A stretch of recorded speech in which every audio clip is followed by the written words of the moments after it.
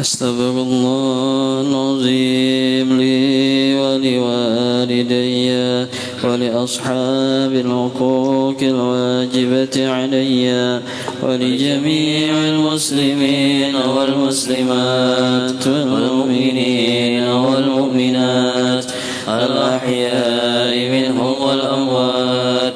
أستغفر الله العظيم لي ولوالدي ولأصحاب الحقوق الواجبة علي ولجميع المسلمين والمسلمات والمؤمنين والمؤمنات الأحياء منهم والأموات. أستغفر الله العظيم لي ولوالدي ولأصحاب الحقوق الواجبة علي ولجميع المسلمين والمسلمات والمؤمنين والمؤمنات الأحياء منهم والأموات. فاتح أن الله يحنن أبوها حبيبه سيدنا محمد علينا يبارك فينا وفي منازلنا وديارنا وحاراتنا وبلداننا وزماننا ولزماننا ويجعل لنا منه نصيبا وافرا وسليم من مصطفى ومن صفته من خلقه وإيمانا به ومحبة له وتعظيما له وتصديقا به وبما جاء به ويقينا لمن بلغه وإجلالا لبلغه وولاء له ورغبة في رضاه ومرافقته صلى الله عليه وآله وصحبه وسلم وشوقا إليه وأن يوفر حظنا من كل تلك المواهب والمنن ويصلح لنا السر والعلن ويجمعنا بالمصطفى صلى الله عليه وآله وصحبه وسلم ويثبتنا على قويم الطريق ويثبتنا على منهاجه الأقوم ويحملنا به من الآفات ويفرج كرب أمتي ويجعلنا وإياكم في خيارهم وأنفعهم لهم في عافية وإلى حضرة النبي سيدنا محمد صلى الله عليه وآله وصحبه وسلم. الفاتحة. أعوذ بالله من الشيطان الرجيم. بسم الله الرحمن الرحيم. الحمد لله رب العالمين الرحمن الرحيم مالك يوم الدين. إياك نعبد وإياك نستعين اهدنا الصراط المستقيم صراط الذين أنعمت عليهم غير المغضوب عليهم ولا الضالين آمين. أعوذ بالله من الشيطان الرجيم. لقد جاءكم رسول من أنفسكم عزيز عليه ما عنتم حريص عليكم بالمؤمنين رؤوف رحيم. فإن تولوا فقل حسبي الله لا إله إلا هو عليه توكلت وهو رب العرش العظيم. إن الله وملائكته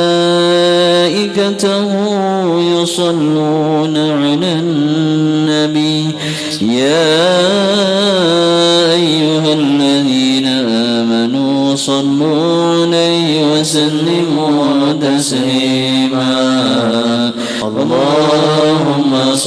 وسلم وبارك عليه وعلى آله.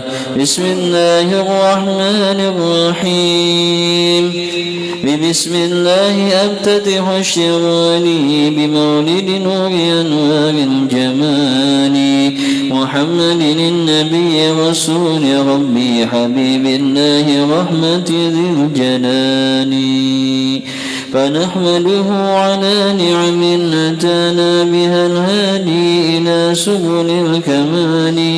وصلي وسلم اللهم دوما على من قد محا دين الضلال. وآل ثم أصحاب ليوث ومن والاهم أسد الرجال. فأرجو الله أن يسقي البرايا خشوعا في تلاوة ذي الليل. اذكر النبي يا عاشق النبي، واذكر النبي يا عاشق النبي، واذكر النبي يا عاشق النبي. ألا فاخشع لنا ذكر النبي لترزق حب من خلق المعاني ومن من أجله مولاه أبدا جميع الكون. فاسمع بابتهالي إلهي بالصلاة وبسلام عليه سراه عطير بالتوالي.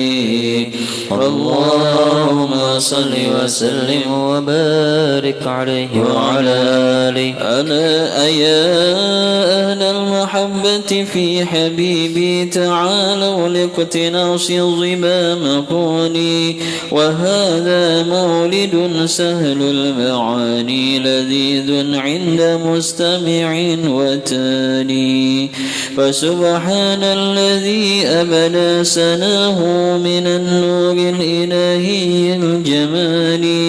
وخص جنابه أزلا ببدء فآدم بعده في كل حال.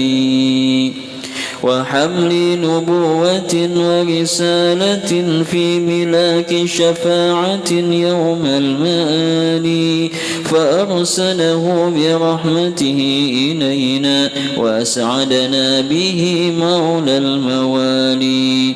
ونور جبين آدم من سناه له سجدت ملائك ذي الجلال. وهذا النور منه إلى أبيه تنقل بعد أصلاب الرجال. وخالقه حماهم من سفاح وفضلهم بهذا الاتصال. وأحيا والديه الله فخرا إلى أن آمنا بهدى المجال. ألا والأشعري روى بنص نجاتهما من استحلال الضلال. فأجداد النبي لفي جنان تنعم بالنعيم بلا زوال. إلهي بالصلاة وبسلام عليه سراه عطير بالتوالي.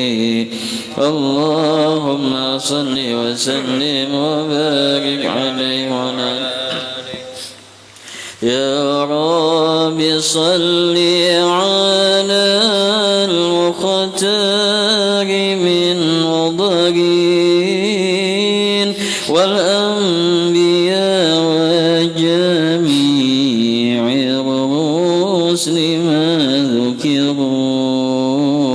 وصل ربي على الهادي وشيعته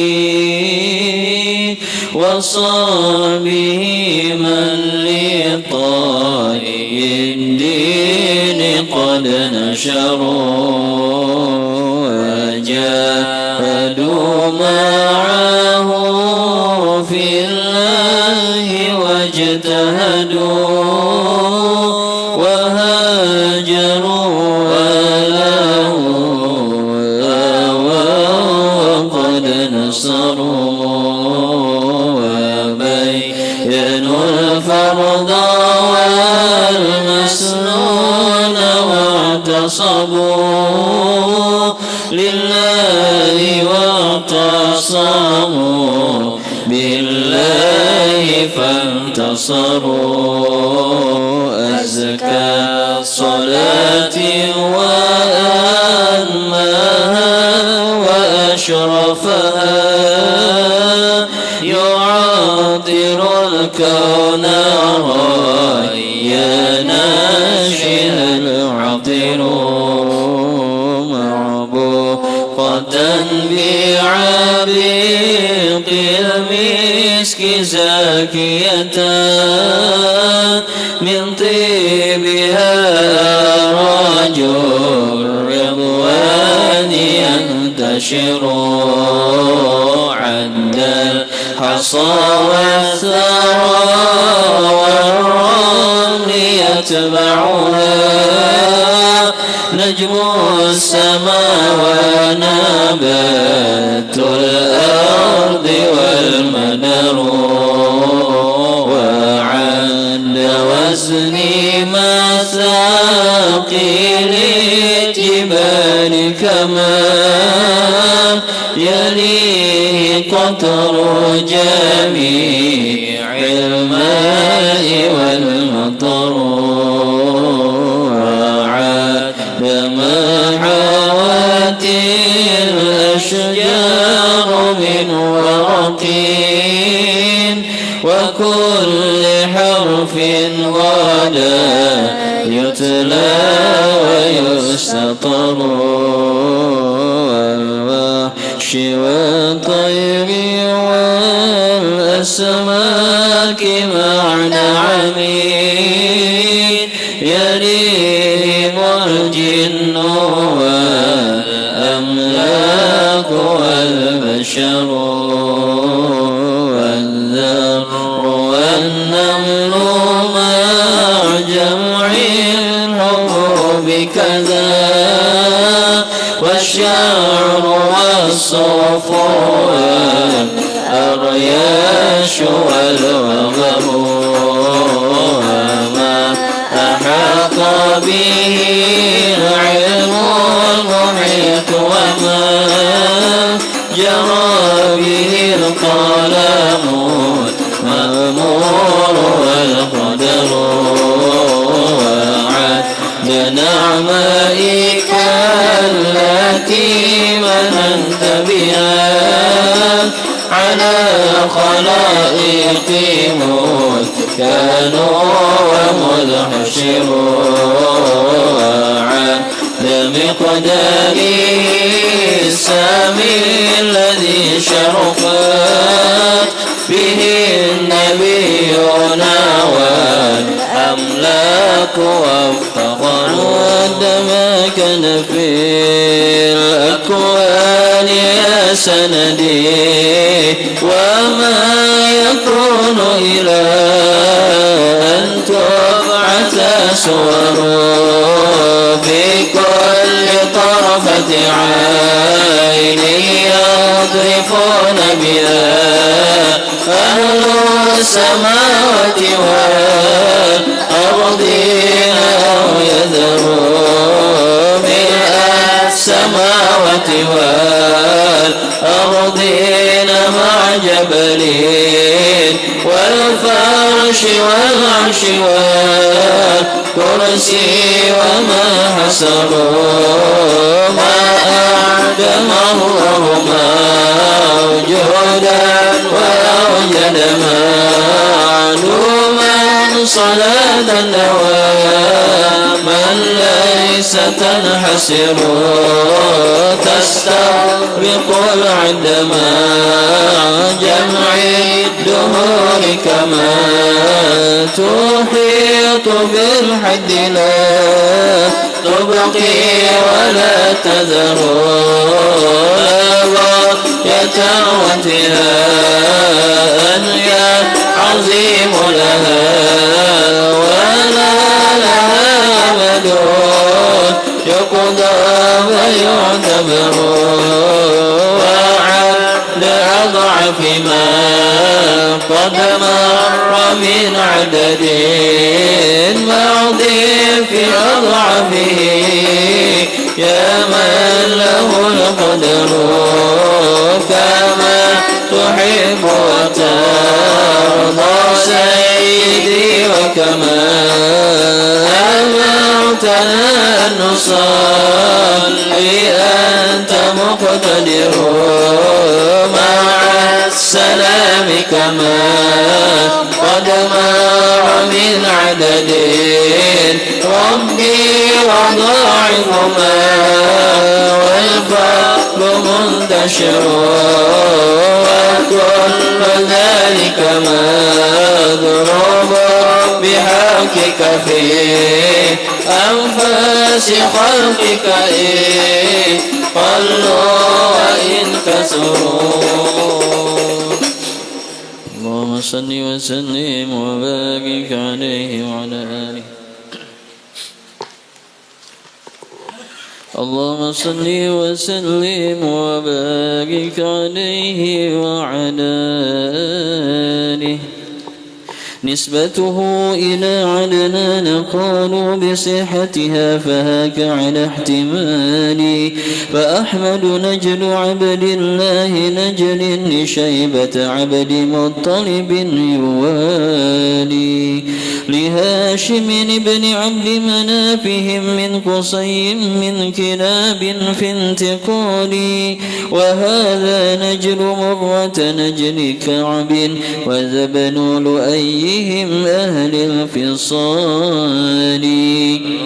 فغالبهم أبوه وذبن فهر فمالكهم أبوه بلا جدال هو ابن النضر نجل كنانة بني خزيمة نجل مدركة المنال وهذا نجل إلياس بن من قد دعي مضر بن من ركب المعالي نزار من أبوهم عبدهم من لعدنان انتمى فكفى مقالي لعدنان انتهى نسب شريف بصحتها فكفى عن احتمالي إلهي بالصلاة وبالسلام عليه سراه عطير بالتوالي اللهم صل وسلم وبارك عليه وعلى آله.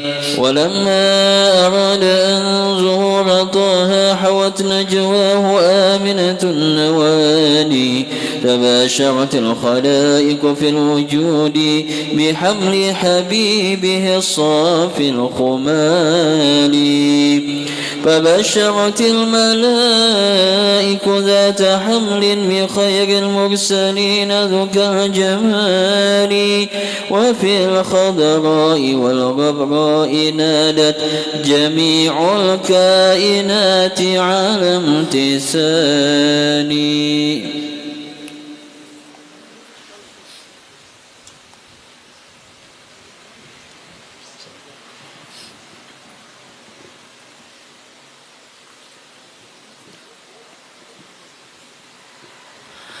يا ربي واغفر لي قارئها وسامعيها والمسلمين جميعا أينما حضروا ووالدينا وأهلنا وجيراتنا وكلنا سيدي للعفو مفتقر وقد آتيت ذنوبا لا عداد لها لكن عفوك لا يبقي ولا يذر والهم عن كل ما أبغيه أشغلني وقد أتى خاضعا والقلب منكسر أرجوك يا ربي في الدارين ترحمنا بجاه من في يديه سبح الحجر يا ربي أعظم لنا أجرا ومغفرة فإن جودك بحر ليس ينحصر واقضي ديونا لا أخلاق ضائقة وفرج الكرب عنا أنت مقتدر وكن لطيفا بنا في كل نازلة لطفا جميلا بالأول تنحسر بالمصطفى مجتبى خير الأنام وما جلالة لا زالت في مدحه السور ثم الصلاة على المختار ما طلعت شمس النهار وما قد شعشع القمر ثم الرضا عن أبي بكر خليفته من قام من بعده للدين ينتصر وعن أبي حفص الفاروق صاحبه من قوله الفصل في أحكامه عمر وجد لعثمان ذي النورين من كملت له المحاسن في الدارين والظفر كذا علي مع ابنيه وأمه مال العباء كما قد جاءنا الخبر سعد سعيد بن عوف طلحة وأبو عبيدة وزبير سادة غراب وحمزة وكذا العباس سيدنا ونجله الحر من زالت به الغيار ومآلها الصعب والأتباع قاطبة من جن لا يرد يجي أو بدا سحر. اللهم صل وسلم وبارك عليه وعلى آله. تقلبت الأمور إلى حسان تعجبت الخلائق بانتقالي حملنا الوالدات له ذكورا وعم الخلق خصب في الوبال كذا انتكست له أصنام كفر وأدنيت الثمار لمن يذالي وأطباق السماء كذا جنان تزينها الملائك بالكمال فأثبتت الكهانة حمل طه ختام المرسلين لدى الرجال وصدقت الرجال بما رأوها وكذبت السوافل من فسال أتاها في المنام مبشروها بأفضل أنبياء بلا محال إلهي بالصلاة وبالسلام عليه سرى وعطر بالتوالي اللهم صل وسلم وبارك عليه وعلى آله ولما مضى شهران حملا أتمامه عمرا باعتلالي بطيبة بعد عود جنابه من أراضي الشام فاز بحسن حالي لدى أخواله شهرا مريض تصبر من توجعه الجسال تزور جنابه زوار طه فنالوا منهما الدرر الغوالي وعند تمام وقت الحمل حانت ولادة من دعانا لاعتدالي فنبح الطيب عم الكون منه فطاب سرور عالم ذي الجمال أشرق نور فجر الوضع طلقا فراب به دجى ليل الضلال ومريم رفق آسية أتتها بحور العين في طلق الهلال حضرنا مخاض آمنة لطه فأبدت شمس أكوان الجمال صلى الله على صلى الله عليه وسلم صلى الله على محمد يا ربي صل وسلم يا نبي سلام عليك يا رسول سلام عليك يا حبيب سلام عليك صلوات الله عليك يا نبي سلام عليك يا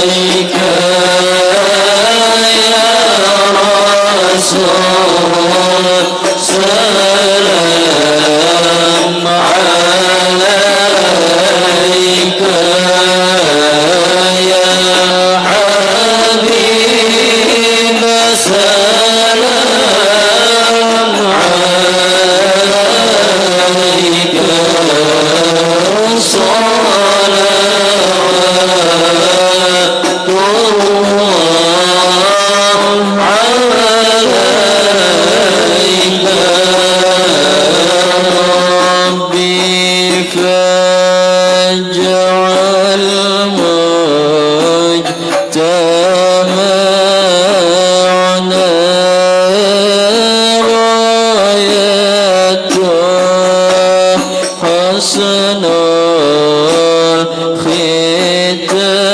الختام واعطنا ما قد سألنا من عطاياك الجسام يا نبي سلام عليك يا رسول سلام عليك يا حبيب سلام عليك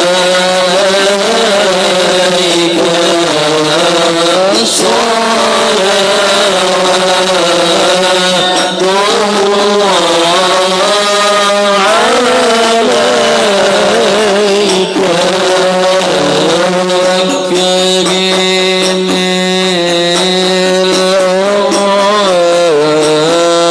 الأرحام منا بلقاء خير الأنام وبلغ مختار عنا من صلاة وسلام يا نبي سلام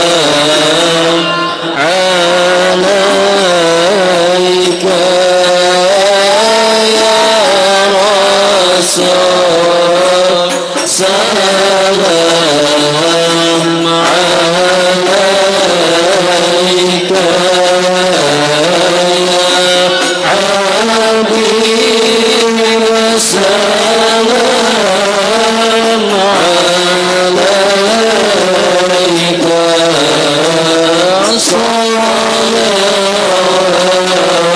صلوات الله عليك اللهم صل وسلم وبارك عليه وعلى آله اللهم صل وسلم وبارك عليه وعلى آله ولم يزل المشفع في التراكي إلى أن جاز أطباق المعاني وأرسل رحمة للعالمين ففازوا في هداه بحسن حالي سريت من حرم ليلا إلى حرم كما سرى البدر في داج من الظلم وبت ترقى إلى أن نلت منزلة من قاب قوسين لم تدرك ولم ترم وقدمتك جميع الأنبياء بها والرسل تقديم مخدوم على خدمي وأنت تخترق سبع اتباق بهم في موكب كنت فيه صاحب العدم على سرج البراق لقد ترقى وأسري يقظة جهة التعالي وجبرائيل مع ميكال يمشي لخدمته بتقريب المجال ومن آياته كم قد أراه على سبع الطباق بلا محال فعاين أنبياء الله فيها بهم صلى إماما بابتهال تزحزح عنه جبرائيل لما به في النور جال بامتثال وقال هنا مقامي يا حبيبي وإن أحزن حرقت بلا جدال فساح بذاته وبروحه في ممالك ربه مولى الموالي دنا من قاب قوسين اقترابا فشاهد ذات ربي ذي الجلال ونال لنا ثواب صلاة خمسين الصلاة على الكمال له قال المهيمن تعطى سلني وقال اشفع تشفع في المآل إلهي بالصلاة وبالسلام عليه سراه عطيب بالتوالي اللهم صل وسلم وبارك عليه وعلى آله بليلته من المعراج أوى وأخبر قومه بارتحال وصدقه أبو بكر بدارا علي ثم زيد من موالي خديجة ثم عثمان وسعد سعيد بعد طلحة أو بلال كذا من قد هداه الله حقا فكذبه هوى أهل الضلال ففارق هجرة ليلى ولبنى لطيبة ربقى صديق المقال وقاه إلهه من كل سوء إلى أن جاء طيبة بالرحال ألا بقدومه الأنصار سرت فأبشى دينه عند الرجال وأسس مسجدا بفضاء قباء رأى ليلى بها في كل حال وسيف النصر والفتح امتثالا تقلد بعد هذا في النزال إلهي بالصلاة وبالسلام عليه سراه عطر للتوالي اللهم صل وسلم وبارك عليه وعلى آله وقد كان المشفع خير خلق على خلق وخلق بالكمال كحيل العين سهل الخد أقنى لإغنين بقد الاعتدال فسيح الصدر ضخم الرأس صلتا كأن جبينه قوس الهلال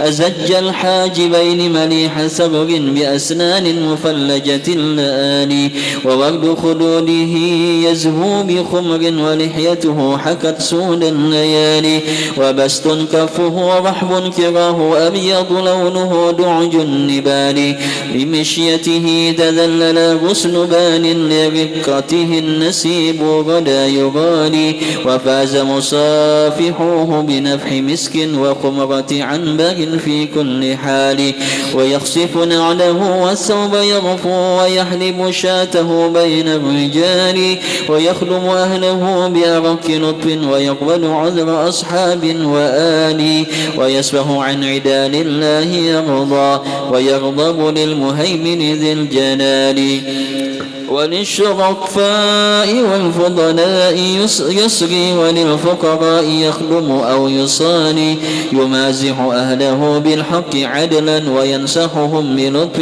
في اعتزال تهاب جنابه ودها ملوك وطاها من تواضعه يحاني ويبدأ بالسلام لمن يلاقي لهم يدعو المهيمن بامتثال إلهي بالصلاة وبالسلام عليه سراه عطر بالتوالي اللهم صل وسلم وبارك عليه وعلى آله دعمت دعت النصارى في نبيهم واحكم بما شئت مدحا فيه واحتكمي فانسب إلى ذاته ما شئت من شرف وانسب إلى قدره ما شئت من عظم فإن فضل رسول الله ليس له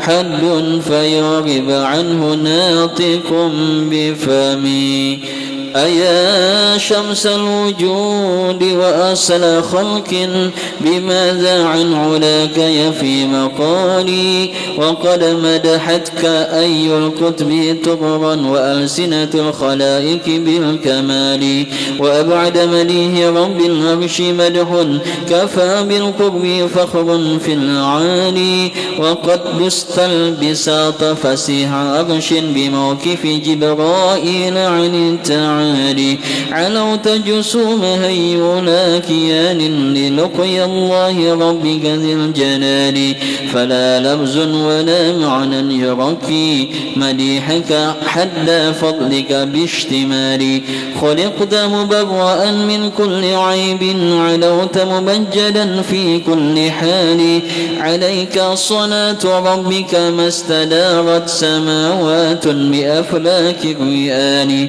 تعم الآل والأصحاب جمعا كذاك التابعون ومن يوالي إلهي بالصلاة وبالسلام عليه سراه عطر بالتوالي اللهم صل وسلم وبارك عليه وعلى آله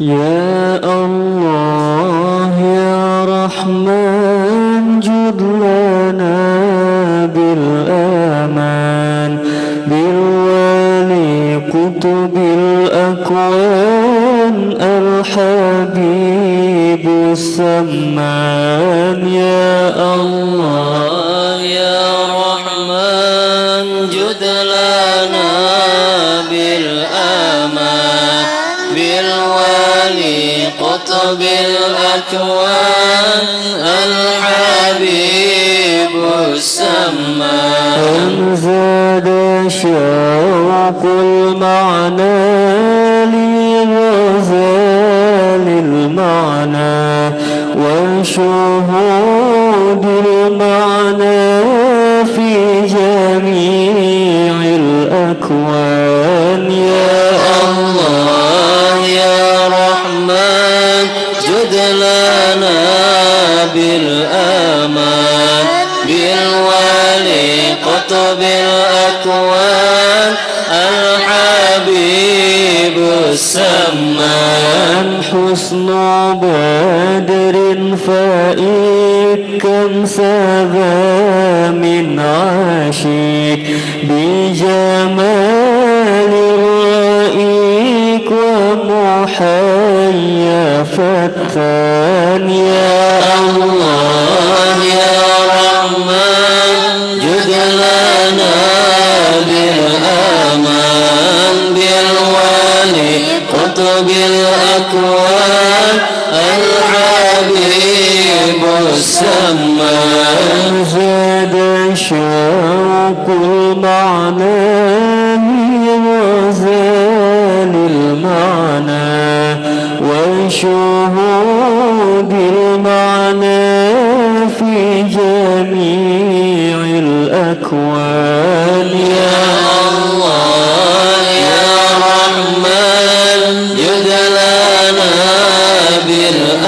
بالأمان بالولي قطب الأكوان الحبيب السمان اسقني يا بدري من مدام ذكري واجليها للفجر من دنان العرفان يا الله يا رحمن جد لنا بالأمان بالولي قطب الأكوان الحبيب السمان حسن بدر فائق كم سبا من عاشق بجمال الرائق ومحيا فتان يا الله يا رحمن جد لنا بالأمان بأوالي كتب الأكوان الحبيب السمان ناديه إن خطب قد دها أو كرب أو جافاك الحب المداد يا سمان يا الله يا رحمن جد لنا بالأمان بالوالي قطب الأكوان الحبيب السمان به إن خطب قد دها أو كرب أو جافاك الحب المداد يا سمان يا الله يا رحمن جد لنا بالأمان بالوالي كتب الأكوان الحبيب السمان به إن خطب قد دها أو كرب أو جافاك الحب المداد يا سمان يا الله يا رحمن جد لنا بالأمان بالوالي كتب الأكوان الحبيب السمان اللهم صل وسلم وبارك عليه وعلى آله.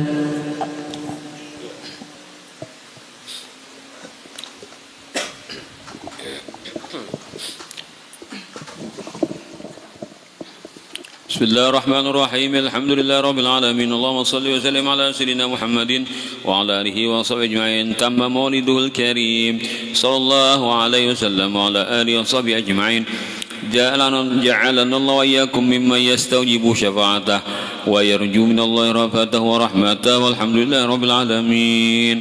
إلهي تم مولده بيسر فيسر فهم مستمعين وتالي وبعد رواية المولود حانت لنا وقت الإجابة للسؤال ألا فلنرفع الأيدي بذل وقصد وافتقار وابتهال فقولوا في الدعاء معي بسر لنهضى كلنا بالاتصال.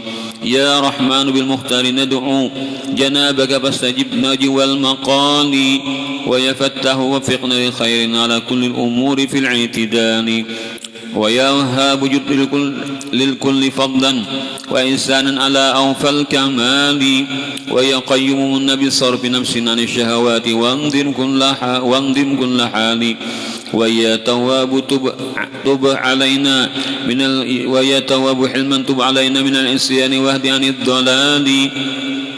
كذاك اغفر لكل ما جنه فأوردنا على الحوض الزلال وعم لجمعنا هذا بعفو وعافية وحسن الاشتمال. كذاك فضلنا دينا حنيفا بإيمان وتقوى وامتثال ونور بالعلوم قلوب قوم يسوقون الحرام عن الحلال ومن بسكنة الفردوس لطفا وإرضاء الخصوم على الفصال. كذا قضي ديوننا وارسما وهنئنا بأبناء ومال وأجل لنا الكروب بسر لطف كذا أسبل لنا ستر الجمال. إلى غير اقترابك لا تكلنا أدم للخلق غيثا في انسجال وعلي محمد وهرسمه وعم الخلق خصبا بالنوال وأعظم أجر من أجر لطه ضيافتنا بهذا الاحتفال. فنظم رواية المولود هاد ترصع بالجواهر واللآن لناظمها كن الله معونا معينا في المجال وفي المآل. والمدعو عبد الله نجلا لعلوي ابن من نال المعالي والمدعو عبد الله أيضا ونسبتهم إلى أهل الكمال فهم من آل عطاس كرام وأسبات أشرف الرجال. حسين النجري فاطمة البتول هو ابن علي العالي الفعالي ومن أسبات خاتم أنبياء محمد رسول ذك الليالي لنا ولوالده اغفر إلهي وإخوان وأشياخ كهالي لسامعه وقارئه ومن أحبته وأولاد شبال كذا من بالقبول جميعا بجاه المصطفى حمي الظلال كذا انظر إلى السلطان وانصر به شر الحنيف على التوالي فنظلي مولد المختار طه على حسن الختام قد انتهاني وعد ثمار قط فأرخ تثمد مولد عطاس فاني صلاتي ثم تسليمي عليه تعم الآل أصحاب النواني وأصحابا وأتباعا كراما ومن والاهم وأهل الكمال سبحان ربك رب العزة عما يصفون وسلام على المرسلين والحمد لله رب العالمين.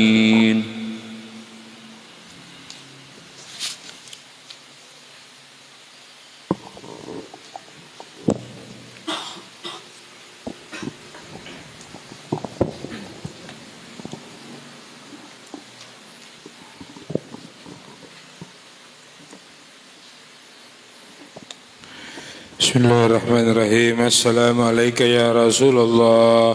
Assalamualaikum ya Aba Fatimah. Assalamualaikum ya Jaddal Hasan. Assalamualaikum ya Jaddal Husain. Assalamualaikum ya Jaddal Zainab. Assalamualaikum ya Sayyidah Fatimah binti Rasulullah. Assalamualaikum ya Ummul Hasan. Assalamualaikum ya Ummul Husain. Assalamualaikum ya Ummul Zainab. Assalamualaikum ya Ummul Mu'minin ya Sayyidatu Khadijah binti Khuwailid. Assalamualaikum ya Ummul Fatimah. Assalamualaikum ya Ummul Rasulullah. Assalamualaikum ya Sayyidatu Aminah binti Wahab. Assalamualaikum ya Amirul Mu'minin ya Ali bin Abi Talib. Assalamualaikum ya Abul Hasan. Assalamualaikum ya Abul Husain. Assalamualaikum ya Aba Zainab. Assalamualaikum ya Ummat Muhammadin في مشارق الأرض ومغاربها الأحياء منكم والأموات ورحمة الله وبركاته. فاتحة. الحمد لله رب العالمين الرحمن الرحيم مالك يوم الدين إياك نعبد وإياك نستعين اهدنا الصراط المستقيم صراط الذين أنعمت عليهم غير المغضوب.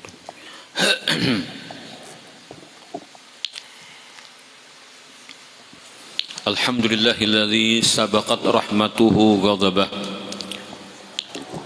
وعنده بذلك كتاب كتب ربكم على نفس الرحمة وأسبغ على خلق النعمة وأشهد أن لا إله إلا الله شريك له إله لا يخيب من توجه إليه وأمه وأشهد أن سيدنا محمد عبده ورسوله نبي الرحمة اللهم صل وسلم على سيدنا محمد ناصر الأمة وعلى آله وأصحابه من تبعهم إن كشف بهم عن هذه الأمة أما بعد.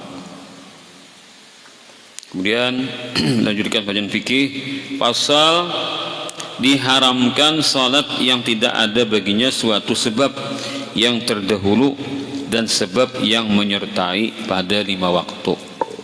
Berarti bila ada sebab yang terdahulu atau sebab yang menyertai, gak ada apa-apa. Nang haram ini sebab yang sunat tidak mempunyai sebab atau mempunyai sebab tapi sebabnya terdudi, maka haram. Tambah lagi kada sah, sudah kada sah haram pulang. Yaitu salat sunat mutlak. Nah, tergolong salat sunat mutlak adalah salat hajat, salat istikharah, itu tergolong salat mutlak.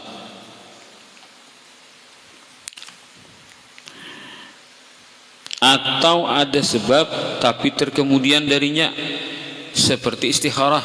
Kan istikharah itu andaknya imbas sembahyang, berarti kan sebabnya itu imbas sembahyang.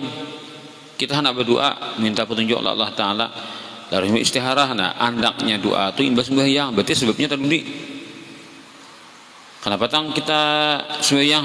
Karena kita minta pilihan Tuhan dengan doa, wahai doanya imbas sembahyang, nah berarti sebabnya terdudi.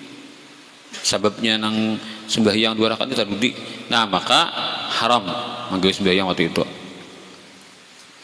Dan sunat ihram sunat ihram deh. Padahal sunat ihram ini dilakukan di Mekah lah.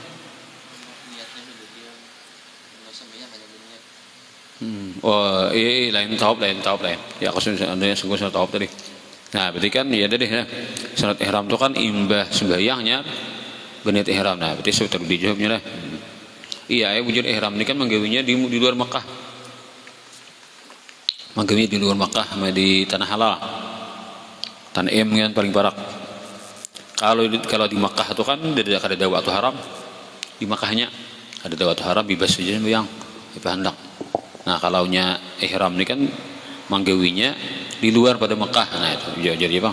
Kalau sunat akhirnya sunat tawaf tadi. Kalau sunat tawaf ibadah tawaf. Nah, lalu pengertian haram ini adalah tidak sah dan berdosa. 3 yang awal, mana tadi 3 nama awal tadi?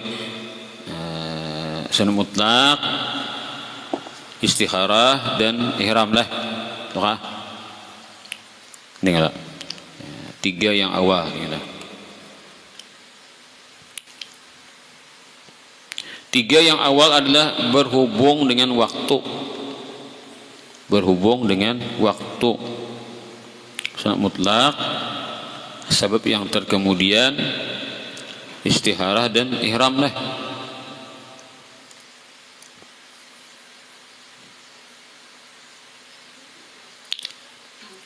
Inilah. Ini kita tahu sang berona.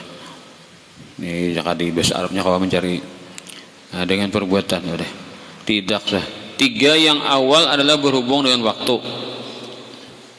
Dan 2 yang di belakang akan datang ini kan 5 nah. Nah, ini 5. Nah, nomornya 5 kalau nah. Nah, jadi 3 yang awal itu maksudnya akan datang. Nah, 3 yang awal atau di nomor yang di bawah inilah 3 yang awal di nomor bawah ini. Ini mungkin ada teliti bingung nih. Kita cari irulah.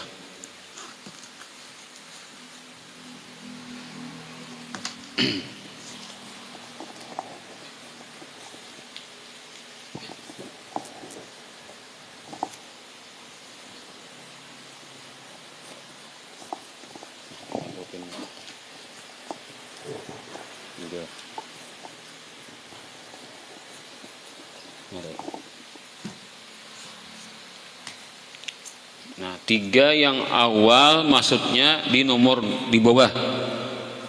Nah, 3 yang awal di bawah nanti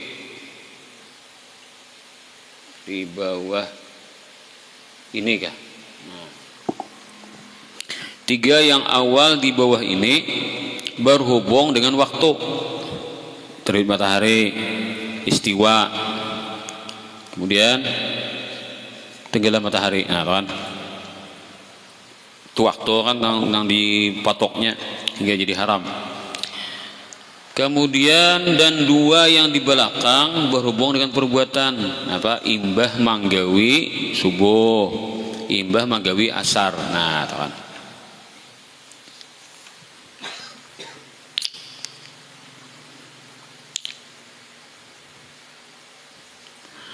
adapun yang punya sebab terdahulu seperti mengqadha.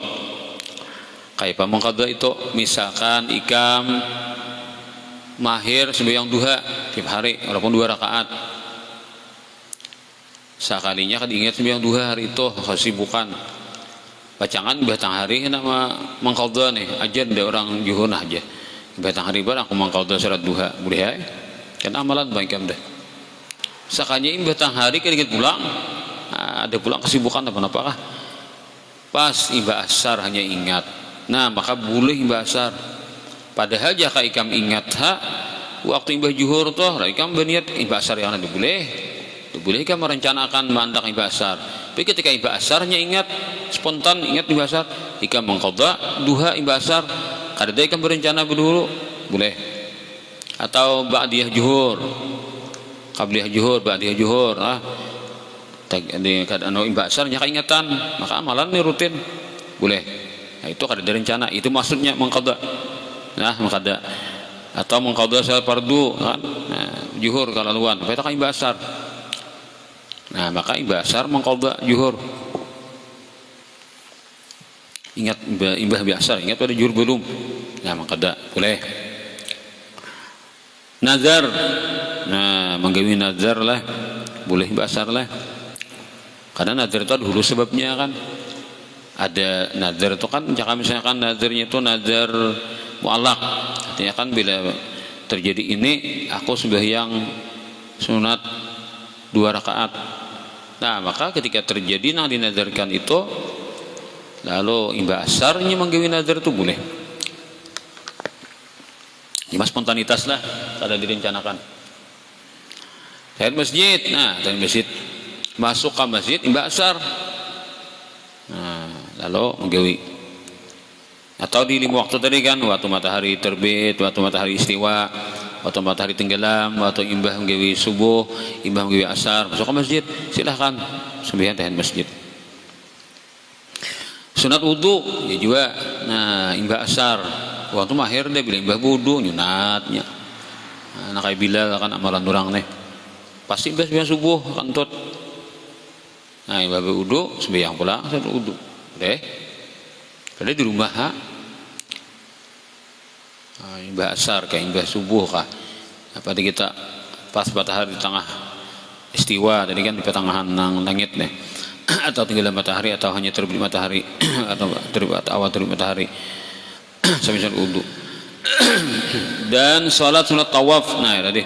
Dan salat sunat setelah tawaf itu bebas juga waktunya. Dan yang punya sebab yang menyertai seperti istisqa. Nah, itu minta hujan itu sambil sembahyang lah.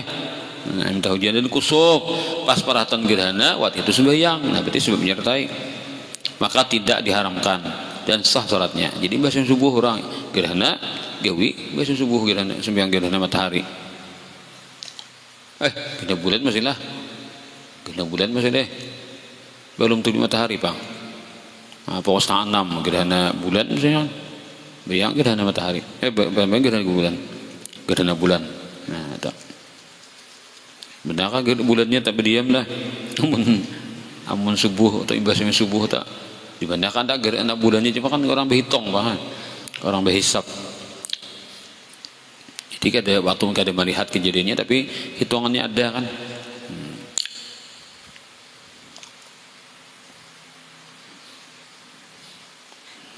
Maka tidak diharamkan dan sah salatnya. Hukum ini berlaku berlaku pada selain di tanah haram Makkah. Kan kalau di Makkah ada apa-apa ya panas sembahyang namanya apa kah? Adapun di tanah haram Makkah maka tidak ada waktu haram secara mutlak. Nah, itu hebatnya Makkah loh nih. Jadi sembahyang kada ada istilah overdosis kada ada. Kita di luar Makkah ini ada sembahyang overdosis yang biasa kasarnya kan. Artinya disari kurang kita sembahyang. Nah, ini apa hikmahnya? Hikmahnya jadi guru sekumpul ada orang tuh kata sembahyang terus. Nah, lalu kan kalau kekalahannya kan jadi Allah Ta'ala maras diharamkan Tuhan sembahyang supaya ada istirahatnya. Nah, ada orang kata sembahyang kan jadi waktu ininya diistirahatkan Allah Ta'ala. Nah, disuruh berhenti dulu. Rupanya di Makkah itu apa rupanya deh. Nah, semuanya embung. Nah, artinya kada sama tuh lawan yang kita di luar Makkah nih. Ada waktu-waktu yang dilarang kita merasakan sembahyang. Nanti akan kita detailkan insyaallah pada kesempatan akan datang.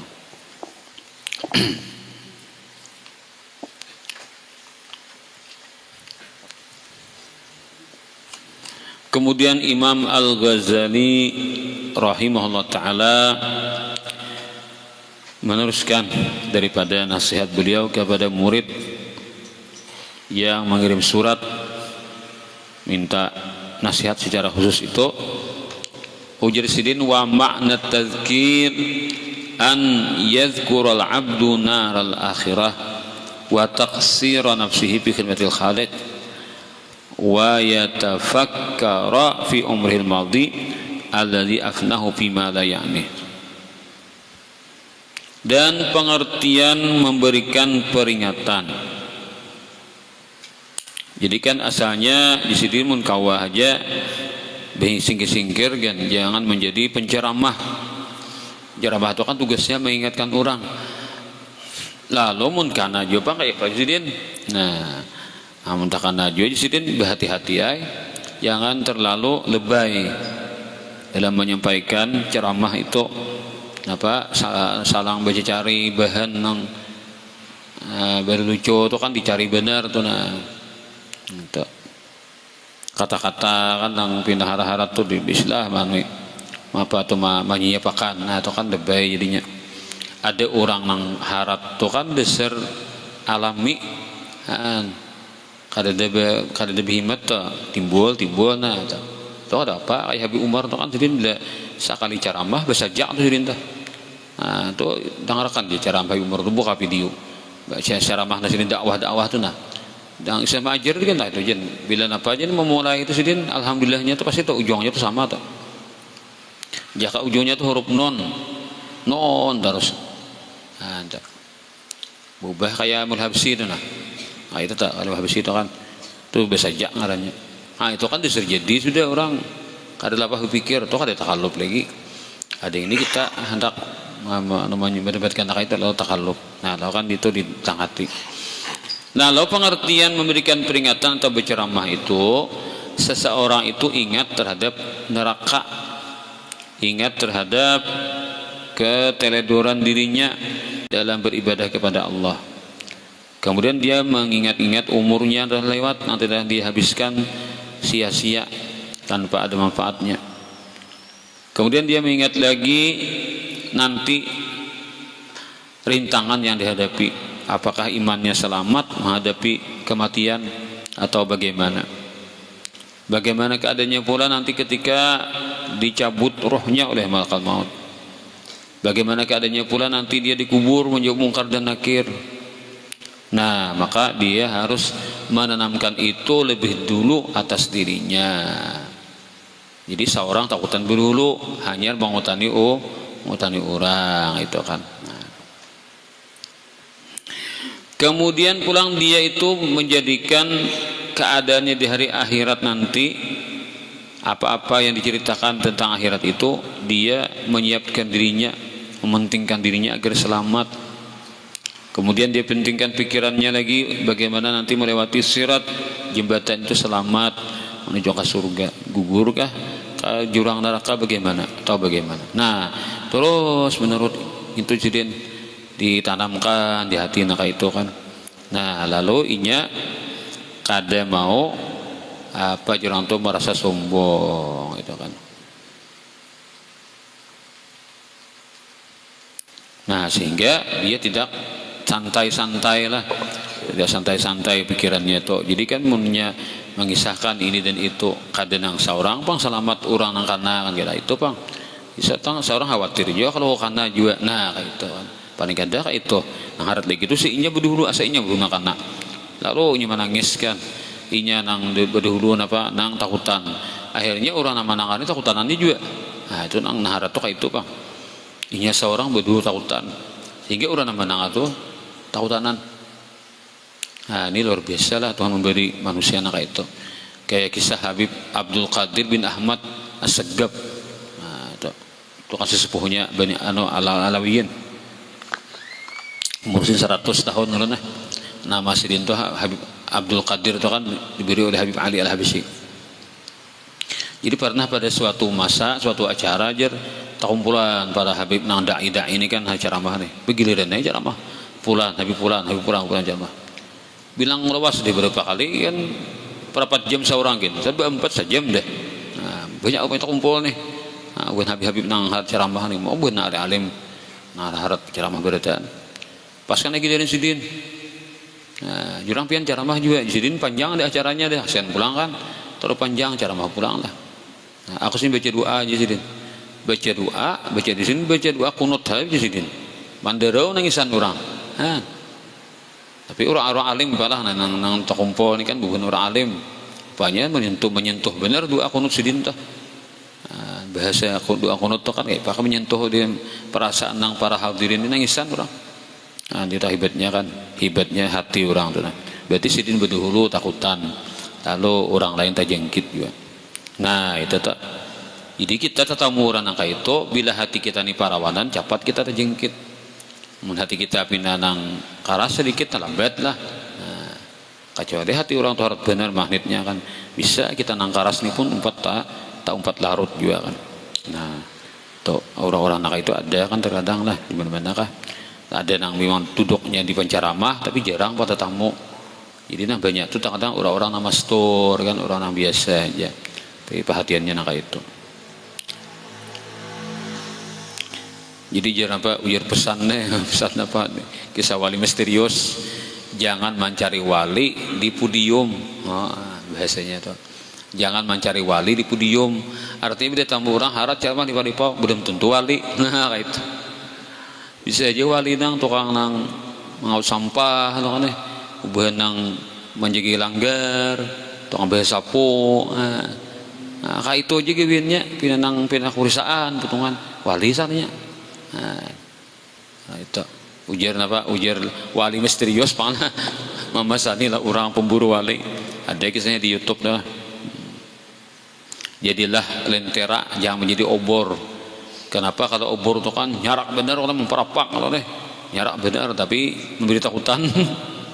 Tapi kalau lentera kan walaupun korup tapi bagus kan anunya tuh lampunya terjaga kan bakurong kaca. Nah nyaman dilihat terang jadinya kan walaupun kadang nyarak benar nah itu ada kisahnya kan di YouTube kisah orang tuh pemburu wali orang tuh jadi dibukuakannya di bulahnya di catatan harian harus tamu wali misterius ya kisah Gus Dur nama bongkar kan Gus Dur memadahkan pada orang tua wali imbah di parang Gus Dur wali hilang langsung orang tuh orangnya tuh gawinnya pati anu dah pati karuan deh. Nah, kayak orang jadi pengangguran gitu nah kayak orang nang gembel-gembel terus sakalinya wali Allah Ta'ala sakalinya ada yang tahu sakalinya si dintujar baharinya mengaji juga nah alim orangnya pintar lalu diberi amalan oleh guru amalakan terus nah kerancakan amalakan rupanya hati si dintu katujuh nyurangan akhirnya nyurangan pas hilang artinya kadang digibah kawan banyak nih lalu di manakah hidupnya misterius bila situ ketahuan orang deh tahu ada nampi nama ciom pada sini kan hebat lah ini pas tamu ada orang pemburu wali nih nak tujuh membukuakan nih mencatat ini nah dikisahkannya di YouTube nah, jadi di Jawa tuh aneh-aneh juga deh aneh-aneh di Jawa tuh dan nak itu tuh yang kisahan apa jar orang wali di Jawa tuh jale menghitungi wali jale nah, di Jawa lah kok jadinya tuh tong nih sekong wali pinandu banyaknya no ini wali juga kan pinandu lan wali nah bila kayak ini jadinya wali tong berapa kan hitungnya nih berapa ekong udah dapat kan anak mentarget sampai sekian hitung itu wali berapa ekong soalnya ada seekong orang jual es aja nah ini jar lewat tangan saja harus dihitung nah lalu orang jual es nih lalu kan kalau dihitung lalu nah taruh sibuk milik kan siapa lagi wali sekalinya orang jual es menggewil apa aja aku kan dihitung aja orang jual es memang gewil aku kan dihitung aja nah apa ada ini berarti apa artinya berarti orang jual es ini tinggi pada seorang intel kan dapat orang loh nih tinggi orang intelnya pada seorang loh nih seorang intelijen harap deh hanya ada harap pada seorang lagi kata kau menebak seorang tebak orang di Jawa itu jadi kisahnya itu orang hitung wali nih kayaknya tukang hitung taliwat pas dapat orang nah, seorang nih kau minan di wali soalnya ada wali harap pada seorang lagi seorang kadang mendeteksi loh nih Indonesia jadi jar guru sekumpul ujar guru bangil di Indonesia ini banyak wali nah berkat wali-wali itulah Indonesia ini aman kada mau hancur kan macam-macam kita nih jadi banyak ada ramalan-ramalan waktu lengsernya Soeharto sudah diramal di Amerika hancur Indonesia pecah Indonesia ini jadi beberapa negara ada jadi berapa kali ada siapa atau Mahfud Imdi kan misalkan gagal terus prediksi nang buhan nang orang-orang pintar negeri ini gagal terus anak batakan Indonesia ini hancur dari segi perhitungan memang apa dari segi hitungan pengalaman dari negeri lain kan nah ternyata tetap kita bertahan kita bersatu nah itu pas dia pun kisah guru sekumpul dan dari guru bangil kasih dia memadahkan Indonesia banyak wali, dan berkat mereka itulah Indonesia ini terus dapat bertahan.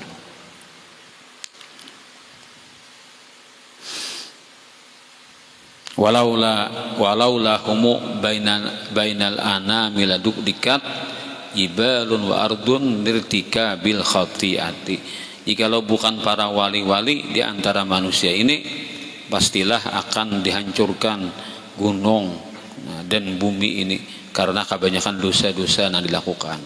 Nah, tapi kalau keadaan keberadaan mereka, Allah pandang mereka, lalu selamat negara ini atau selamat bumi kita ini. Nah, itu kan. Nah, begitulah. Jadi orang ini kan takutan berdahulu hanya mengotani orang.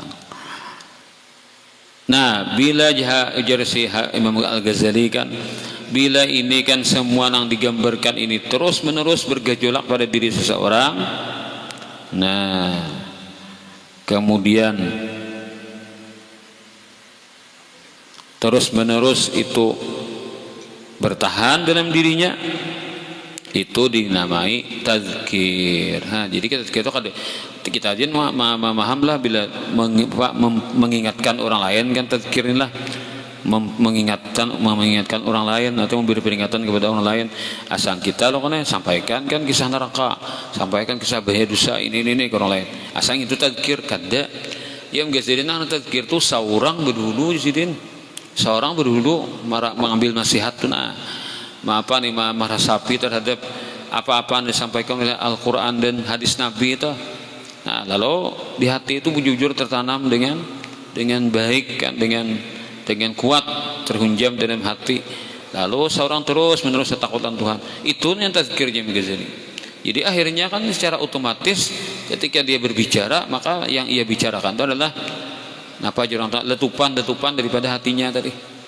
Nah, jadi kita itu kan tampias daripada hatinya yang sedang bergejolak rasa-rasa takutan Tuhan tadi. Nah, lalu kan itu bisa itu menampias lah. Nah, itu memancar itu kan. Nah, sehingga walaupun inya terkadang kada pandir mengutani orang takutan seorangan. Nah, walaupun inya pandirnya kada pina menyemangatkan orang untuk beribadah, orang bersemangat sendirinya beribadah.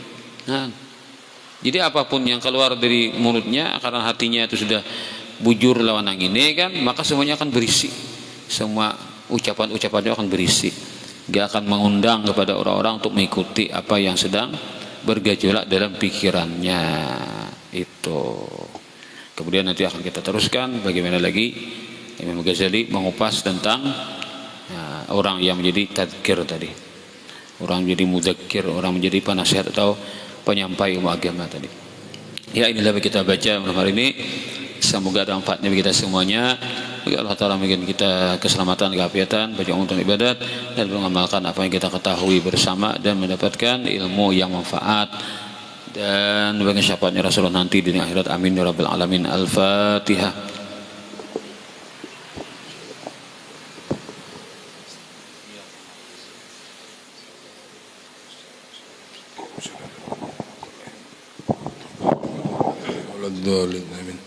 أعوذ بالله من الشيطان الرجيم. بسم الله الرحمن الرحيم. الحمد لله رب العالمين والصلاة والسلام على أشرف الأنبياء والمرسلين سيدنا وشفينا وقرة أعيننا ومولانا محمد وعلى آله وصحبه وسلم. اللهم اغفر لنا من علم لا ينفع، من قلب لا يخشى، من نفس لا تشبع، من الدعوات لا يستجاب لها.